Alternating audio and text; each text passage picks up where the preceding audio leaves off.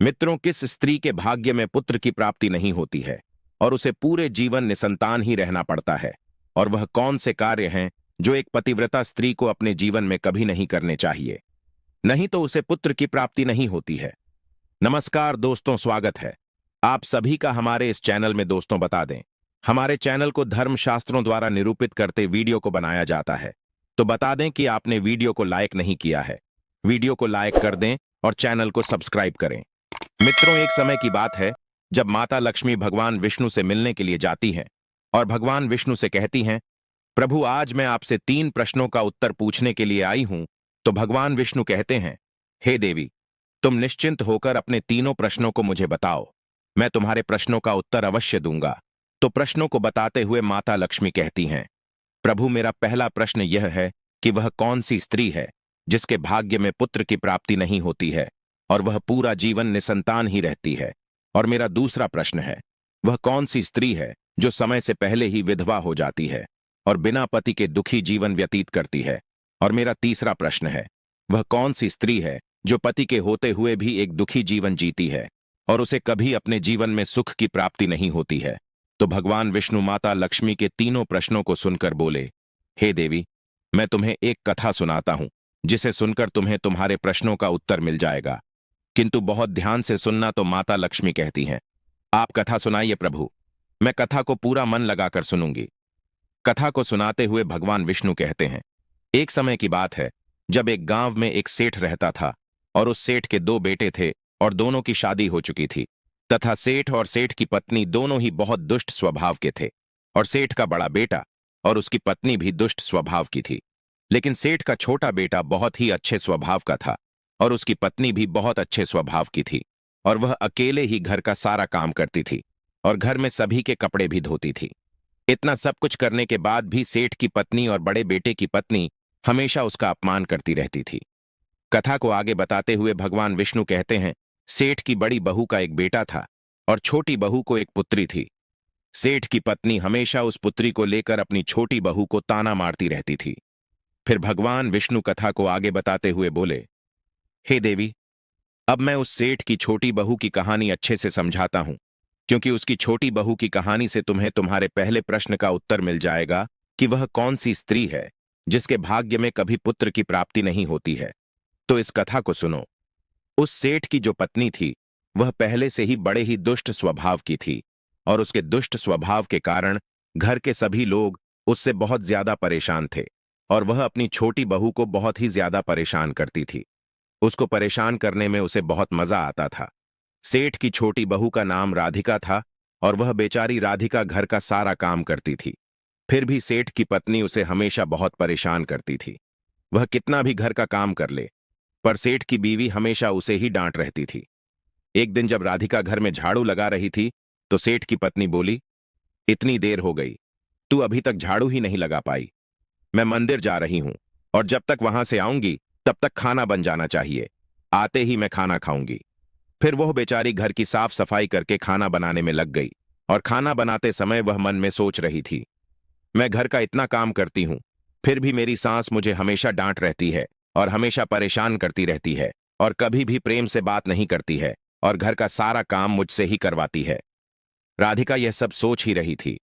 तभी दरवाजा खटखटाने की आवाज आई तो उसने सोचा, अभी तो खाना तैयार भी नहीं हुआ और लगता है मेरी सासू मां आज बहुत जल्दी ही मंदिर से लौट आई हैं। फिर राधिका दरवाजे के पास गई और दरवाजा खोला तो उसने देखा कि दरवाजे के बाहर एक साधु महाराज खड़े हैं। फिर वह साधु महाराज राधिका से कहते हैं, बेटी, मुझे कुछ भोजन करा दो, मुझे बहुत जोर की भूख लगी है। तो राधिका बोली, महाराज, मैं आपको भोजन तो करा देती, पर मेरी सास बहुत दुष्ट स्वभाव की है, वह मुझे बहुत डांट हैगी और अभी वह मंदिर गई है, मंदिर से आती ही होंगी। यदि वह आ गई और उन्होंने मुझे आपको भोजन कराते देख लिया तो मुझे बहुत मारेगी, इसीलिए मैं आपको भोजन नहीं करा सकती। तो साधु बोला, बेटी, थोड़ा सा ही भोजन करा दो, मैंने सुबह से कुछ नहीं खाया है। साधु की यह बात सुनकर राधिका को दया आ जाती है और सासाद से बोली, महाराज, आप अंदर आ जाइए, मैं आपको भोजन देती हूं। तो फिर वह साधु अंदर आ जाते हैं और राधिका उनको भोजन देती है और अभी साधु भोजन कर ही रहे थे, तभी अचानक राधिका की सास मंदिर से घर आ जाती है और उस साधु को भोजन करते देखकर बोली, यह मेरा घर है, कोई भोजनालय नहीं जो हर कोई यहां आकर भोजन करके चला जाएगा। और तुमने इस साधु को भोजन क्यों दिया? क्या अन्न मुफ्त में आता है जो हर किसी को अपने घर में बैठाकर खिलाती रहती हो? और यह कहकर उस साधु को धक्के मारकर अपने घर से बाहर निकाल दिया और उसका खाना उठाकर बाहर फेंक दिया। फिर राधिका से कहने लगी, तूने इस साधु को भोजन क्यों कराया? अन्न कितना महंगा आता है, तुझे पता नहीं अब घर के लोग क्या खाएंगे? तो राधिका डरते हुए बोली, साधु बहुत भूखा था, इसीलिए मैंने उसे भोजन दे दिया था और उसे मैंने अपने हिस्से का भोजन दिया है। इसीलिए आज मैं भोजन नहीं करूंगी। और इतना गुस्सा क्यों होती हो? भोजन तो मैंने उसे अपने हिस्से का दिया है। यह सुनकर उसकी सास ने गुस्से में आकर राधिका को भी धक्के मार करके घर से बाहर निकाल दिया और बोली, जा, अब तुझे भी इस घर में रहने की जरूरत नहीं है और अब कभी मेरे घर में मत आना। फिर राधिका दरवाजे पर बैठकर रोती रही, किंतु उसकी सास ने दरवाजा नहीं खोला। और फिर राधिका ने सोचा, अब यहां से अपने मायके ही जाना पड़ेगा। फिर वह अपने मायके जाने लगती है तो बीच रास्ते में एक घना जंगल पड़ता है। राधिका भूखी प्यासी अपने मायके जा रही थी, तभी बारिश होने लगती है।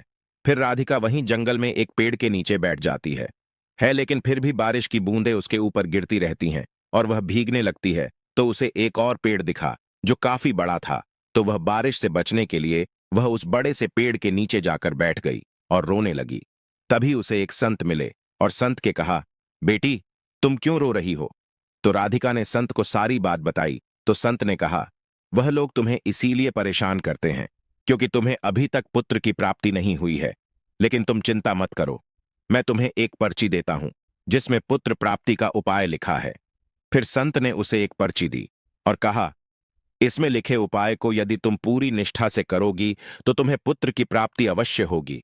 और फिर इतना कहकर वह संत वहां से चले गए। फिर राधिका अपने मन में सोचने लगी, यदि मुझे भी पुत्र हो जाएगा तो मुझे भी ससुराल में बहुत सम्मान मिलेगा और मेरी सास मेरी बहुत इज्जत करेगी।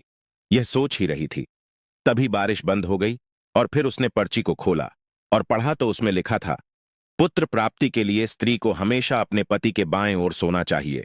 और पर्ची में आगे लिखा था कि मासिक धर्म शुरू होने के प्रथम 4 दिवस में स्त्री और पुरुष के मिलन से पुरुष रोग प्राप्ति होता है। इसीलिए मासिक धर्म के प्रथम 4 दिन पति पत्नी को मिलन नहीं करना चाहिए तथा मासिक धर्म के 5वें दिन मिलन से कन्या की प्राप्ति होती है और 6ठे दिन मिलन से पुत्र की प्राप्ति होती है और 7वें दिन में मिलन से बंध्या पुत्री होती है तथा मासिक धर्म की 10वीं रात्रि में मिलन करने से अतिश्रेष्ठ पुत्र की प्राप्ति होती है। और फिर उस पर्ची में लिखी सारी बातें पढ़कर राधिका अपने मन में सोचने लगी, अब मैं इसी जंगल में रहूंगी। फिर वह जंगल में ही कुटिया बनाकर रहने लगी और फिर उसका पति उसे ढूंढते हुए उसी जंगल में राधिका के पास पहुंचा और उससे कहा, तुम घर चलो। तो राधिका ने उसे पर्ची वाली सारी बात बताई और कहा, अब मैं यहीं रहूंगी जब तक मुझे पुत्र की प्राप्ति नहीं हो जाती। यह सुनकर उसका पति भी उसी के साथ जंगल में रहने लगता है। और फिर राधिका ने अपने मासिक धर्म के दौरान मासिक धर्म की 10वीं रात्रि में अपने पति के साथ मिलन किया और वह गर्भवती हो गई। फिर सुबह स्नान करके राधिका पूजा पाठ करने के लिए बैठी हुई थी, तभी उसका पति लकड़ी काटने के लिए चला गया और फिर भयंकर तूफान आया जिससे उसकी झोपड़ी उड़ गई और भारी बारिश होने लगी। और फिर बारिश से बचने के लिए राधिका उसी बड़े से पेड़ के नीचे जाकर बैठ गई और उस पेड़ पर 2 राक्षसी रहती थी जो इस समय बाहर गई हुई थी। और थोड़ी ही देर बाद वह दोनों राक्षसी पेड़ पर आकर बैठ गई और उसी पेड़ के नीचे राधिका बैठी थी। फिर वह राक्षसी आपस में कहने लगी, चलो सोने के टापू पर चलते हैं। तो दूसरी कहने लगी, पर चलेंगे कैसे? तो पहली राक्षसी बोली, इसमें कौन सी बड़ी बात है, इस पेड़ को अभी उड़ा देती हूं, इसी से चलेंगे।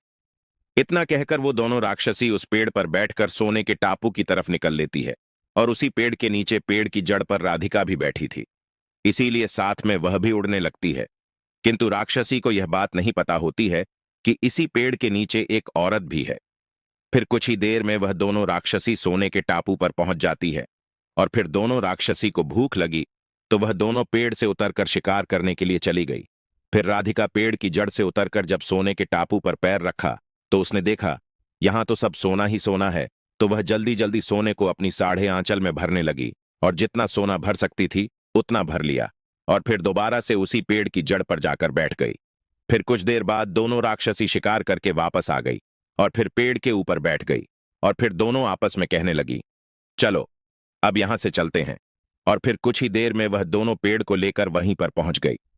फिर राधिका तब तक पेड़ की जड़ पर ही चुपचाप बैठी रही जब तक वह दोनों राक्षसी वहां से चली नहीं गई। फिर भगवान विष्णु कहानी को आगे बताते हुए माता लक्ष्मी से कहते हैं, अब कहानी को ध्यान से सुनना, क्योंकि यहीं से आपको पता चलेगा कि किस स्त्री के भाग्य में पुत्र की प्राप्ति नहीं होती है। तो माता लक्ष्मी कहती हैं, जी प्रभु। तो भगवान विष्णु कहते हैं, फिर कुछ देर बाद वह दोनों राक्षसी वहां से चली गई और फिर राधिका उस सोने को लेकर पेड़ की जब से नीचे आ गई और सोचने लगी, यह सारा सोना लेकर मैं अपने घर जाऊंगी और मेरी सांस इतना सोना देखकर खुश हो जाएंगी और मुझे परेशान करना बंद कर देंगी और मुझसे घर का काम भी नहीं कराएंगे। राधिका यह सोच ही रही थी, तभी उसका पति भी जंगल से लकड़ी काट कर आ गया और राधिका से कहने लगा, इतना सारा सोना तुम कहां से लाई हो? तो राधिका ने उसे राक्षसी वाली सारी बात बताई और कहा, चलो अब हम लोग घर चलते हैं। तो उसका पति बोला, ठीक है। और फिर दोनों घर जाते हैं और घर जाते ही राधिका ने अपनी सांस को सारा सोना दे दिया। फिर इतना सारा सोना देखकर उसकी सांस बहुत खुश हुई और उससे पूछने लगी कि तुम इतना सारा सोना कहां से लाई हो? तो राधिका ने अपनी सांस को राक्षसी वाली सारी बात बताई। फिर उसकी सांस ने सारा सोना ले लिया और उसके बाद राधिका से कहने लगी, इतने सोने से क्या होगा? जब वहां पर बहुत सारा सोना था तो तुझे और ज्यादा सोना लेकर आना था। इतना थोड़ा सोना लेकर क्यों आई हो? तो राधिका बोली, माँ जी इतना सारा सोना तो है और लाती तो क्या होता? तो उसकी सांस बोली, तुझे और ज्यादा सोना लाना था जिससे हमारी 7 पुश्तें बैठकर खाती, फिर भी सोना खत्म ना होता। अब तू देख, इस बार मैं जाऊंगी और बहुत सारा सोना लेकर आऊंगी। तो राधिका ने कहा, नहीं माँ जी, आप वहां मत जाओ, वहां जान का भी खतरा है। तो सास बोली, नहीं मैं तो जाऊंगी और बहुत सारा सोना लेकर आऊंगी। और इस प्रकार उसकी सांस ने उसकी बात नहीं मानी और उसी जंगल में पहुंच गई और उसी पेड़ के नीचे जाकर बैठ गई जहां पर कुछ दिनों पहले राधिका बैठी थी। तो उसे राक्षसी उड़ाकर सोने के टापू पर ले गई थी। फिर कुछ देर राधिका की सांस पेड़ की जड़ पर बैठी रही और थोड़ी ही देर में वह दोनों राक्षसी वहां आई और उसी पेड़ पर बैठ गई। फिर एक राक्षसी कहने लगी, आज सोने के टापू पर नहीं बल्कि आज नदी के किनारे चलते हैं, वहां पर मछलियां खाएंगे। और इतना कहकर पेड़ को लेकर नदी की तरफ चल देती है। अभी उसकी सांस एकदम से बोल पड़ी, तुम दोनों पेड़ को सोना के टापू पर लेकर क्यों नहीं जा रही हो? तभी उन दोनों की नजर उसकी सांस पर पड़ी और उसकी सांस सोचने लगी, यह मैंने क्या बोल दिया? अब तो यह राक्षसी जान जाएंगी कि इस पेड़ पर कोई और भी है। फिर वह दोनों ने देखा कि इस पर तो एक स्त्री बैठी है। तो दोनों ने पेड़ को बहुत जोर से हिलाया, जिसके कारण उसकी सांस पेड़ से नीचे गिर गई और उसकी मौत हो गई।